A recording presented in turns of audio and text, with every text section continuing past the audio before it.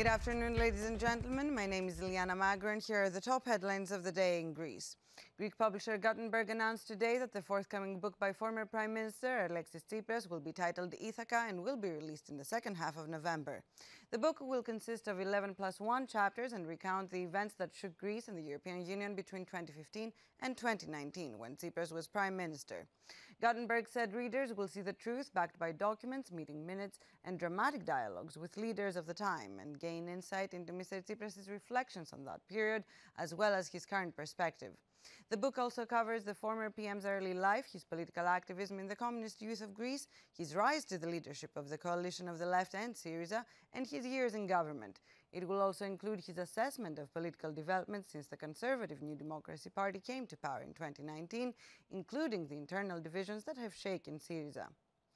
Now, at least 2 people were killed and 10 injured when a boat carrying undocumented migrants struck a rocky coastline on the northwestern side of the Aegean island of Chios, local media reported.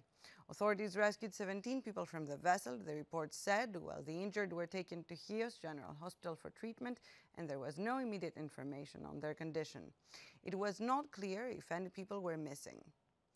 In other news, police have seized an arsenal of weapons and archaeological artifacts during a search of a property belonging to a 77-year-old man in Agios Vasilios in Crete region. Authorities said that the suspect was found in possession of multiple military-style rifles, pistols, hand grenades, thousands of rounds of ammunition, and hundreds of grams of dynamite, along with detonators and other explosive materials. Police also discovered a collection of pottery and stone fragments, including a clay amphora, whose age could not be immediately determined. The investigation is being conducted by the Ethnopolis Subdirectorate for Crime Prosecution and Investigation. No further details on possible charges or the suspect's motive were immediately available.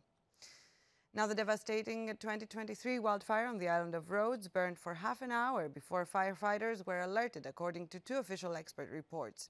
The blaze, which began near the village of Apollona on July 18, ultimately scorched more than 17,000 hectares and forced mass evacuations. The reports, commissioned by prosecutors, cite delayed response, coordination failures, and abandoned fire watch towers that left the area unsupervised. The first intervention by the fire service reportedly occurred at least 30 minutes after the fire began. Investigators also reportedly found incorrect data in official fire logs and delayed deployment of aircraft.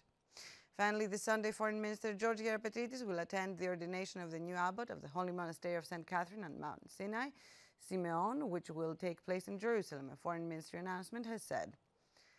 And that's all for today. Ladies and gentlemen, have a good afternoon and a lovely weekend, and we'll see you again on Monday.